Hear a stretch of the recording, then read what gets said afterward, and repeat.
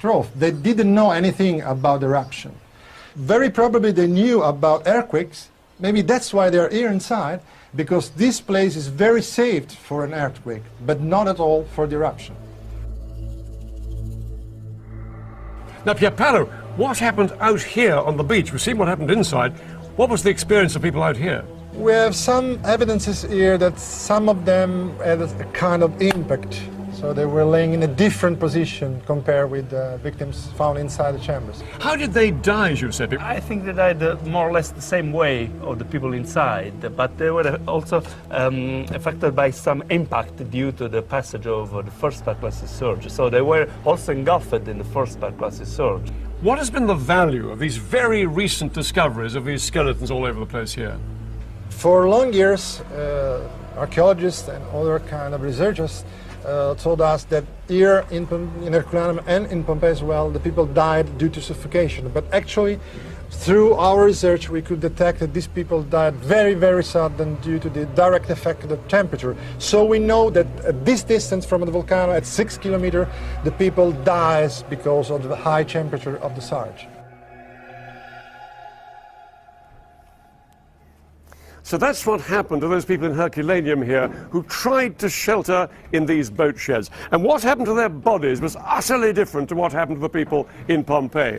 These people in Herculaneum, their flesh literally vaporized in seconds. But in Pompeii, because their flesh decayed on their bodies very slowly in the light ash that landed beside them, so a cavity formed in the shape of their body over the years. And a very canny Italian archaeologist called Fiorelli in the 1860s decided that if he poured plaster into that cavity, the plaster cast that came out would of course be precisely in the shape in which that human being died at the moment of death. So there we are, that's the difference. Now, here in Herculaneum, Dr. Petroni is doing some more detailed analysis for us. Peter, you see here, just beside the excavation, we have a small store where all the victim bones are inside. This is your storeroom for bones? Yes. Now, do you show this to the public, Pierpaolo? No, not at all.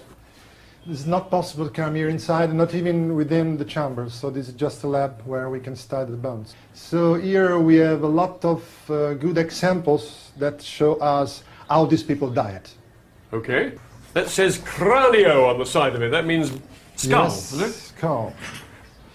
In this case, we have a skull with all blackening inside. They're very clear. And fractures and blackened edges to show that very high temperature of the surge. Only part of the inside is black, the other half is clean. Only a part of the brain was boiling, producing this blackening inside. It's a terrifying thought. There's a sort of boiling of the brain. Yes, and then, then because it's so hot in this enclosed prison of the brain, it suddenly, whoomph, blows open.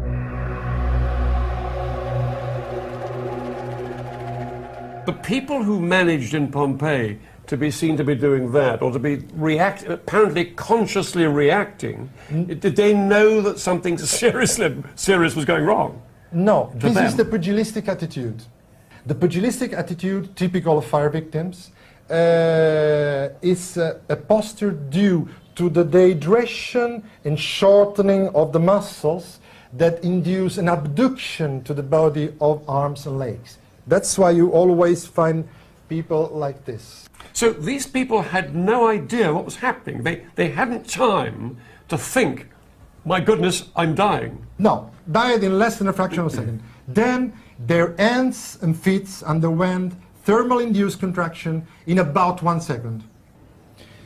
Here we have a good example of a contracted hand. In fact, all the hands and feet of these people underwent thermal-induced contraction.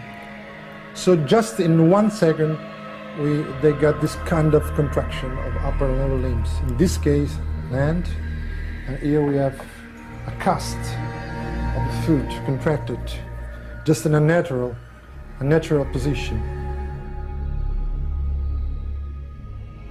This is the frontal part of a fetus of 7 intrauterine months. So it's a very, very young life. Extraordinary, tiny little bones of this unborn child. Surely irony is that the people themselves knew as little about what was happening to them at that moment as this fetus. It's extraordinary, isn't it? Andrew, seeing this space, the College of Augustales, as it is now, it's really hard to imagine that once upon a time it was full right to the brim with volcanic material. It must have just gushed in here. Oh yes, it's a wave after wave of the pyroclastic flow, just overwhelms the site and fills it right up. So you can see 20 feet above our head, there are those wonderful frescoes, and then do you see the carbonized wooden beams which run right round our heads? And all that is preserved by this terrific destruction. I mean, it's a very grand building, this. What was it used for? Well, it's a clubhouse. It's a clubhouse for this really interesting group, the Augustales, priests of Augustus. And what's interesting about them is that they're ex-slaves, they're citizens, but they have been promoted, and they have been promoted to this club. And they worship the emperor. And right here, there'll be a statue, probably, of the Emperor Augustus. And their job is to worship him. And this would have been the clubhouse. So slightly like a Nouveau-riche clubhouse. It's the best club to belong to. And it's in quite an important area, isn't it? It's got the basilica and the forum nearby. So it must have been quite important as a building. Yes, the ex-slaves here are keeping their end up. The town councillors will have their place over there, and they're part of a context of important people. We have to look at these. These are so beautiful. I think they're the most beautiful frescoes I've seen in Herculaneum. What's going on in this picture? This is Hercules. In fact, both frescoes are the same hero Hercules, who is, of course, the hero of the town of Herculaneum. And Hercules is sitting here. He's just been promoted to become a god. And when you think of it, it's very nice. There's Hercules, he's become a god. There's Augustus, who was an emperor. He's been promoted to a god. And then they're the members of the clubhouse, and they're slaves who've been promoted to citizen, and then they've been promoted to members of the club. It's all very fitting, isn't it? Yeah. I mean, there's beautiful, beautiful, vivid colours here. And these frescoes have been really well preserved, haven't they? Now, I'm going to go and meet Monica. Hi, Monica. Hi. Now, you're part of the project, aren't you? The chief conservator. Tell me what's been going on with this pillar. I know you've been worried about this pillar, so you've been doing some work. What have you actually been doing? Yes, this lower part of the decoration was completely detached from the wall. The inside layers were gone, so we had to fix it to the wall again, injecting material, lime and volcanic sand, mortar. You actually used the volcanic sand? Yes, just the same, yes. We inject it, but mostly we really fill it in because it is so open, you see. And then we fix these areas, and we are sure that the thing is still stick to the wall. So I understand this. You stabilise it between the plaster and the actual brick behind here, is that right? Yes. So you stop the plaster bit from falling off? Yeah, because inside layers go away, they crumble away because of salt crystallization, humidity and so on. So it's another example of where Herculaneum is crumbling, and you're doing your first aid yes. to help it. Well, we're going to catch up with you later on, yes. So we'll see you then. Okay. So what do they do with works of art that they discover in these two cities, in villas like this one here, for example? Now, this little house is called the House of the Relief of Telephus, after this rather fine relief over here. Here's a chap called Telephus on the right. He's the son of Hercules, and rather unkindly, Achilles on the left over here stabbed him with a spear, but Achilles is rather worried because if he doesn't take the spear out and sort out Telephus, he won't capture Troy. So it's all a bit of a mess. Now, that relief is actually a plaster cast, like these are plaster casts over here. These things up here, these magnificent discs, are actually oscilla, and they oscillate. The marble originals would oscillate in the wind. Lovely feeling in this beautiful courtyard here, those oscillating in the wind, waving around. Now, these originals are all in museums, but we've had particularly exciting access. Edwina's been in there with Andrew, access to a storeroom in which we see some of these artifacts that the public simply don't get a look at.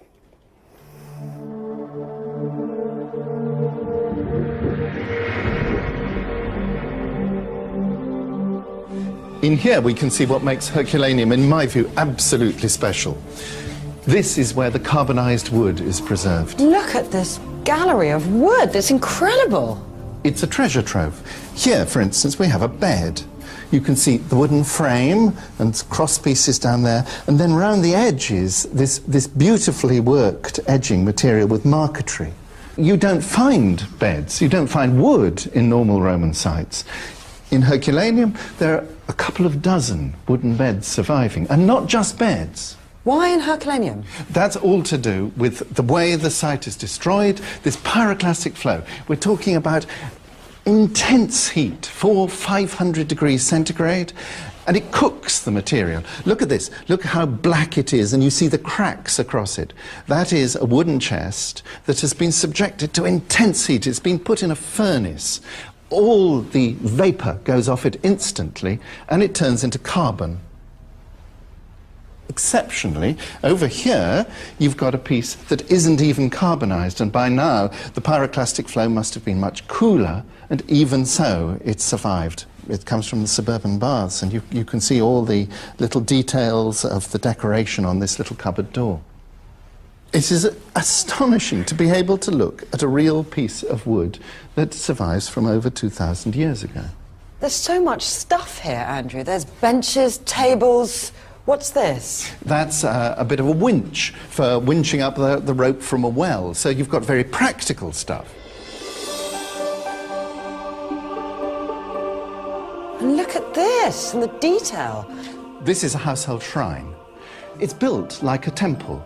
So you've got these columns, and they're beautifully fluted. They've got little Corinthian capitals up there. So in miniature, it's as if you're going into the temple, you open the doors of the temple, and there were little statuettes of your household gods.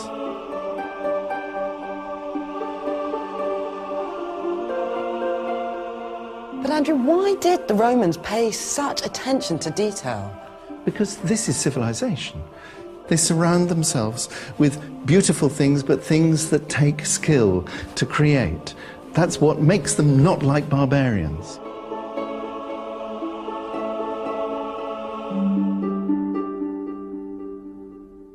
So is it just wood that was preserved here at Herculaneum? No, it's not wood, it's any organic material. So there's cloth. Over here you've got a bit of a basket, some sort of wicker basket, possibly for fishing. And here is one of the most absolutely astonishing things from the site. It's a loaf of bread. That is mind-blowing. A loaf of Roman bread with something written on it, isn't it? That's right. You've got a couple of letters here, an A and an M. Before they took the bread to the baker, they would stamp it so their name was on it and they could identify it. Andrew, I can't believe I'm looking at a loaf of Roman bread. I wouldn't recommend you eat it, but at least you can get a very good idea of what it was like for an ancient Roman. Well, that woodwork is quite extraordinary. Now, joining me is an expert on architecture. He's an architect, and he's with the Herculaneum Conservation Project team, Jonathan Ritzy. Jonathan, how well did the Romans build their houses like this? They were cleverly built, richly finished, as you can see. Very well designed, not strictly speaking very well built, at least not in the sense of durability and strength of materials like the Romans did, extraordinary builders with the Colosseum, with the public building.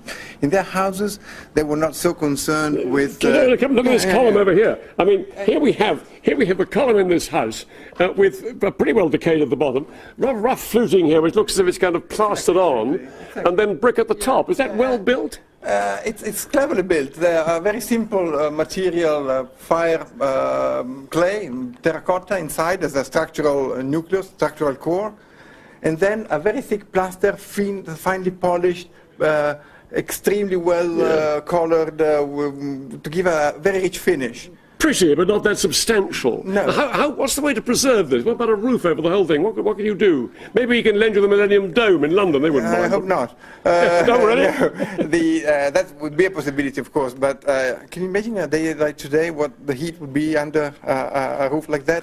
But apart from that, there are other reasons. I think that the most interesting thing of Herculaneum is the feeling of being in an ancient city. If you cut the relation with the sky, with the sea, with the Vesuvium Okay, so on the what do you back, do? I mean, just try and put roofs over the houses. We should do what we are doing, repairing the existing roof, putting back new roofs where needed be, with some prudence and carefully, because we don't want to turn the